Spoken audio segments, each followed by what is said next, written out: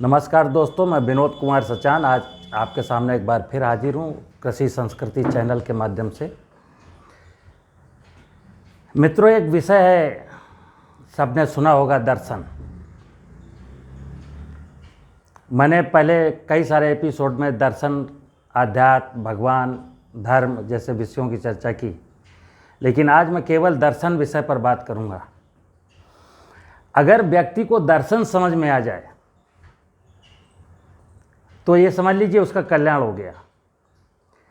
हमारे जीवन में जो हमारे सामने जो संकटों का पहाड़ खड़ा हुआ है, चाहे रोजी रोटी का संकट हो, चाहे अच्छे भोजन का संकट हो, चाहे बीमारियों की बात हो, चाहे फसल उत्पादन की बात हो, या चेहरे पर मुस्कान की बात हो,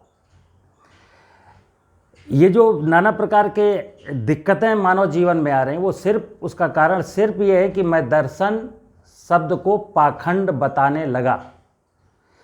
दर्शन तो एक विज्ञान है। दर्शन प्रकृति को जानने का एक विषय है। मैं एक व्यक्ति हूँ, मुझे बखूबी पता है कि मुझे दिन में 21,000 बार सांस लेने के लिए ऑक्सीजन चाहिए। मुझे पता है मुझे दिन में 20 बार पीने के लिए पानी चाहिए। मुझे पता है 2 बार भूख लगेगी और अच्छा भोजन चाहिए। तो इतनी चीज़ें तो पता है ना कि बिना पानी के, बिना हवा के, बिना भोजन के मेरा काम नहीं चल सकता। तो जब इतना सत्य पता है तो फिर इसका अगला सत्य ये है कि ये चीज़ें मिलती कहाँ से हैं। तो पानी, हवा और भोजन ये विज्ञान नहीं देता।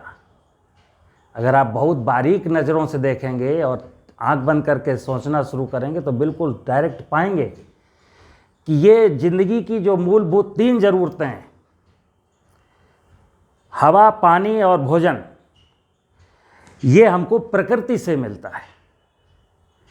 अब इस विज्ञान के युग में, भौतिक संसाधनों के नशे में और ग्लैमर की दुनिया में मैंने इस प्रकृति के स्वरूप को इग्नोर कर दिया और चकाचौंध की दुनिया में जीने लगा। तो क्या हो गया? बहुत सारे जो गरीब हमारा है, गरीब अगर दुखी है, गरीब के चेहरे पे मुस्कान नहीं है तो बात समझ में आती है, मैंने एक एपिसोड में कहा, लेकिन अमीर दुखी है तो बात समझ में नहीं आती। तो जब प्रकृति का वैभव नष्ट होता है तो फिर हर व्यक्ति को दुख में जीना पड़ता है। और हमारी संस्कृति रही है, सर्वे भवन्तु सुखिनः, सर्वे सन्तु निरामया, सर्वे भद्राणि पश्यन्तु मा कश्चित् दुःखभाग् भवेत्।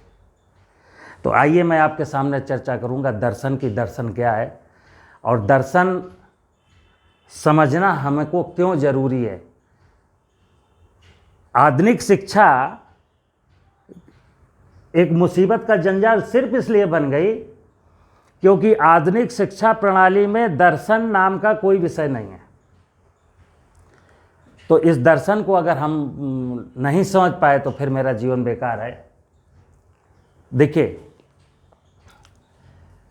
दर्शन का संबंध एक विज्ञान भी है और एक फिलॉसफी भी है।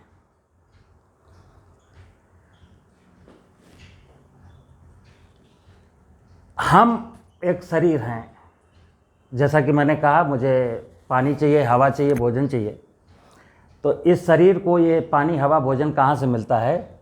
प्रकृति से मिलता है। और प्रकृति को मैंने कई एपिसोड में पहले बोला है भगवान। तो अपने इस शरीर का इस प्रकृति से क्या संबंध है, जब तक हमें जानेंगे नहीं, इस शरीर का इस प्रकृति से क्या रिश्ता है, ये जान लेना ही दर्शन है। जैसा कि आप सब लोगों ने कई बार सुना होगा, छित जल पावक गगन समीरा, पंच तत्व मिल बना शरीरा। यानी ये शरीर छित जल पावक गगन समीरा से मिलकर बना। कई बार लोग क्या कह देते हैं कि इस शरीर को भगवान ने बनाया। अब आप उसको भगवान कहें या छित जल पावक गगन समीरा कहें, धरती, पानी, हवा, आकाश और अग्नि, यही भगवान है। तो दर्शन के माध्यम से मैं प्रकृति की महिमा को बड़ा बारीकी से अध्ययन करता हूं। क्या अध्ययन करता हूं? तो जब हम प्रकृति की व्यवस्था का अध्ययन करना शुरू करते हैं, जानना शुरू करते हैं, तो क्या क्या दिखते हैं? तो दो चीज़ें हमें जाननी हैं। एक वो चीज़ें हैं जो हमको अपनी नंगी आंखों से दिखाई देती हैं।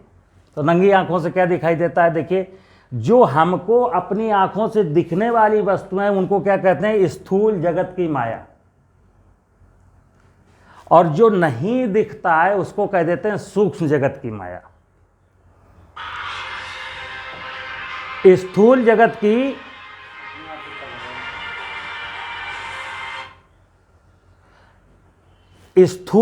की माया से सूक्ष्म जगत की माया अधिक बलशाली है। जैसे दिखने के लिए हमको पेड़ दिखता है, पेड़ स्थूल है, लेकिन पेड़ जो स्थूल, एक वृक्ष, बहुत बड़ा वृक्ष स्थूल रूप में हमको अपनी आंखों से दिखाई देता है, लेकिन वो पेड़ जो बना है, तो पेड़ एक सूक्ष्म से बीज से बना है। बीज भी हमको दिखता था बरगद का, लेकिन बरगद का जो बीज था, उस बीज के अंदर जो वो चेतना थी वो और भी सूक्ष्म थी, वो हमको दिखती नहीं थी। फिर जो पेड़ का जो लालन पालन हुआ है वो सूक्ष्म जगत की माया से होता है। जमीन में नाना प्रकार के सूक्ष्म जीव हैं, पानी में नाना प्रकार के सूक्ष्म जीवाणु हैं, इस एटमॉस्फेयर में नाना प्रकार के सूक्ष्म जीवाणु हैं जो हमको आंखों से दिखते नहीं हैं। जलेबी खाने की इच्छा है, बिना खमीर के जलेबी नहीं बन सकती। दही खाने की इच्छा है, बिना जामन के दही नहीं बन सकता। तो ये दही के जामन की बात हो चाहे खमीर की बात हो, ये सूक्ष्म है। ये हमको फंगस या ये दही जमाने वाला बैक्टीरिया दिखता नहीं, लेकिन ये तय है कि बिना उस बैक्टीरिया के दही नहीं जमेगा। इम्यूनिटी पावर की बात करते हैं। अभी आज कोरोना फैला हुआ है, लोग कहते हैं कि जिनका इम्यून सिस्टम सही होगा उनका कोरोना कुछ नहीं बिगाड़ सकता। तो है क्या कि हमारे शरीर में, हमारे पानी में, हमारे हवा में, हमारी ज़मीन में नाना प्रकार के सूक्ष्म जीव हैं। उनमें कुछ लाभदायक हैं, कुछ हानिकारक हैं।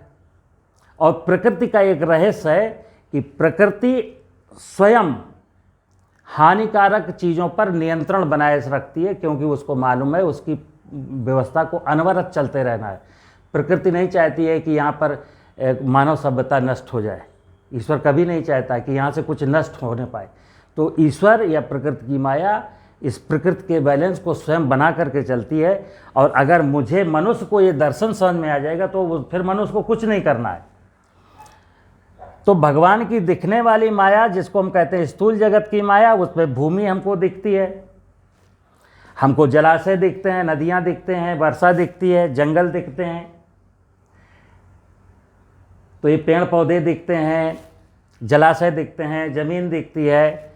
फिर ज़मीन में नाना प्रकार के थलचर दिखते हैं, जलाशयों में नाना प्रकार के जलचर दिखते हैं, जंगलों में नाना प्रकार के नभचर दिखते हैं। इसको बारीक नज़रों से देखना, अभी दिखते तो सबको हैं। हर व्यक्ति कहेगा कि हमको पक्षी दिखते हैं, हमको मछली दिखती है, हमको बकरी दिखती है, हमको जलाशय दिखते हैं, लेकिन इनसे हमारे शरीर का संबंध क्या है? जब मैं इस संबंध को जान जाऊंगा तब मैं दार्शनिक हो जाऊंगा। दिखने को तो दिखेगा, लेकिन उसको बारीक नज़रों से देखना और अपने शरीर से संबंध स्थापित करना कि प्रकृति की अमुक इकाई का मेरे जीवन से क्या संबंध है। तो कौन कहेगा कि गाय का मेरे जीवन से संबंध नहीं है, भैंस का मेरे जीवन से संबंध नहीं है, सूरज का मेरे जीवन से संबंध नहीं, पानी का मेरे जीवन संबंध है। लेकिन संबंध को जब नहीं जानते हैं, जब दर्शन शब्द को भूल जाते हैं, तो क्या हो जाता है कि ये धरती बंजर होने लगती है, जलाशय सूखने लगते हैं, जंगल कटने लगते हैं। और जैसे ही भूमि बंजर होती है, थलचर नष्ट होने लगते हैं, जलाशय नष्ट होते हैं तो जलचर खत्म होने लगते हैं, जंगल नष्ट होने लगते हैं तो नभचर नष्ट होने लगते हैं। ये तो हमको दिख गया कि गिद्ध नहीं है, कौवा नहीं है, तितली नहीं है, केंचुआ नहीं है, मधुमक्खी नहीं है, अब सांप नहीं है, बिच्छू नहीं है, बिल्ली नहीं है, लोमड़ी नहीं है। बहुत सारे जीव जंतु आप देख सकते हैं कि नहीं है। क्यों नहीं है? क्योंकि हमने कभी दर्शन यानी कि प्रकृति की माया से मेरे शरीर का क्या संबंध है, संबंध को समझने की कोशिश नहीं की। भौतिक दुनिया में, भौतिक युग की चकाचौंध की दुनिया में, भौतिक संसाधनों के युग में मैं प्राकृतिक संसाधनों को, प्रकृति की जैव विविधता को भूलता गया और भौतिक पदार्थों की दौड़ में आगे बढ़ता गया। उस चक्कर में क्या हुआ, मैंने सब कुछ तहस नहस कर दिया। और आज क्या है, आज हमारे पास, चलिए गरीब की मैंने बात की, गरीब के पास कुछ नहीं है, लेकिन अमीर जिसके पास सब कुछ है वो व्यक्ति भी बहुत उदास है। उसके चेहरे पर कोई स्थायी खुशी नहीं है, उसको मैंने हंसते हुए नहीं देखा। तो मेरा वीडियो जो पढ़े लिखे लोग देख रहे हैं, जो साधन संपन्न लोग हैं, उनको मैं उनके लिए खास बात है कि थोड़ा सा अपने इस जीवन से अलग होकर के बाहर निकलिए। ये भौतिक युग का जो नशा है, भौतिक दुनिया का जो नशा है, उससे थोड़ा दूर निकलिए और ये जानने का प्रयास करिए कि मैं इतनी दूर चला, इतना धन कमाया, इतना सब कुछ इकट्ठा किया, उसके बावजूद भी मेरे जीवन में, मेरे परिवार में खुशियाँ क्यों नहीं हैं। तो जब आप ऐसा अध्ययन करेंगे तो पाएंगे कि कहीं ना कहीं मैंने भगवान को नाराज़ किया है।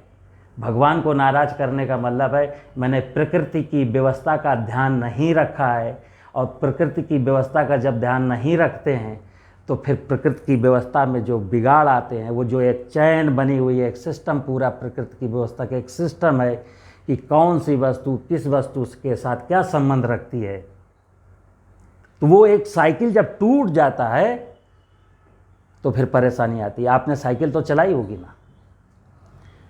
कई बार हम लोग क्या कहते हैं कि अरे इसका क्या महत्व है, इसको तो नष्ट करो। कभी बंदूक लेके मारते हैं, कभी इंसेक्टिसाइड लेके मारते हैं, कभी कुछ लेके मारते, मतलब एक प्रकृति की किसी इकाई को मैं मारने के लिए निकल पड़ता हूँ। तो मैं एक चीज़ आपको बता दूँ, कभी साइकिल चलाई होगी आपने बचपन में। साइकिल में कहा जाए कि कौन सी चीज़ सबसे इम्पोर्टेंट है तो शायद कोई बता नहीं पाएगा। साइकिल में एक सबसे जो सस्ता पुर्जा है उसको बोलते हैं बाल ट्यूब, जिसके माध्यम से हवा ट्यूब के अंदर रुक जाती है। उसकी कीमत आज भी शायद 1 रुपये से ज़्यादा नहीं होगी, लेकिन अगर किसी साइकिल के 2 रुपये के दोनों पहियों के बाल ट्यूब निकाल लिए जाएँ तो फिर वो साइकिल चल नहीं सकती।